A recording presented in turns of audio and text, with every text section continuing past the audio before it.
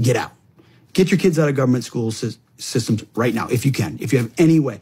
You know, save money, move, get a second job, don't take the vacation, sell the boat, whatever, drive for Uber. Figure out what you need to do to get your kid out of the government school system, because it's about saving your kid right now. What I want to know is what's being pumped into the minds of those kids.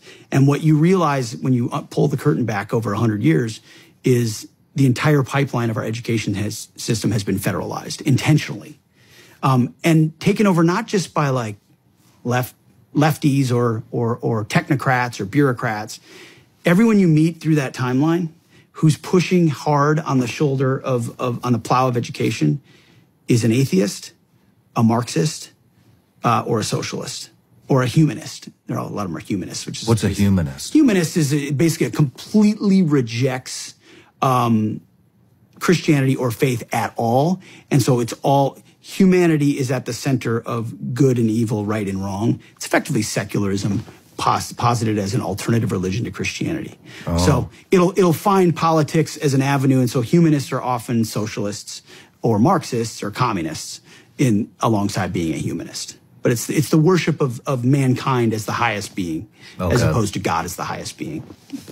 So they're all that's the train of people pushing this educational philosophy. And I used to think it started in the 60s. It actually goes back to the progressive era and even before that. But they very intentionally, the one thing they knew they had to remove from the beginning was God. God had to come out of the schools because God was the immovable object that prevented their utopian schemes. They wanted, if you want to manipulate children, if you want to change the way they think, rewire the relationship of families, you have to get at the God thing, because the garden and the sin in the garden is all disrupts those utopian schemes.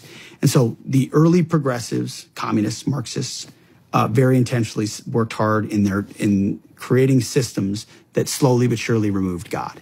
Because if you went into a public school, government school in America in the 1850s or 1870s and 1830s, the Bible's in there, prayers in there, scripture readings in there. It's all in there. So it's the modern court that made all those things unconstitutional based on a misreading of the First Amendment and freedom of religion versus freedom from religion. And the progressives have exploited that. And then the process from there they used patriotism falsely to sort of get rid of God.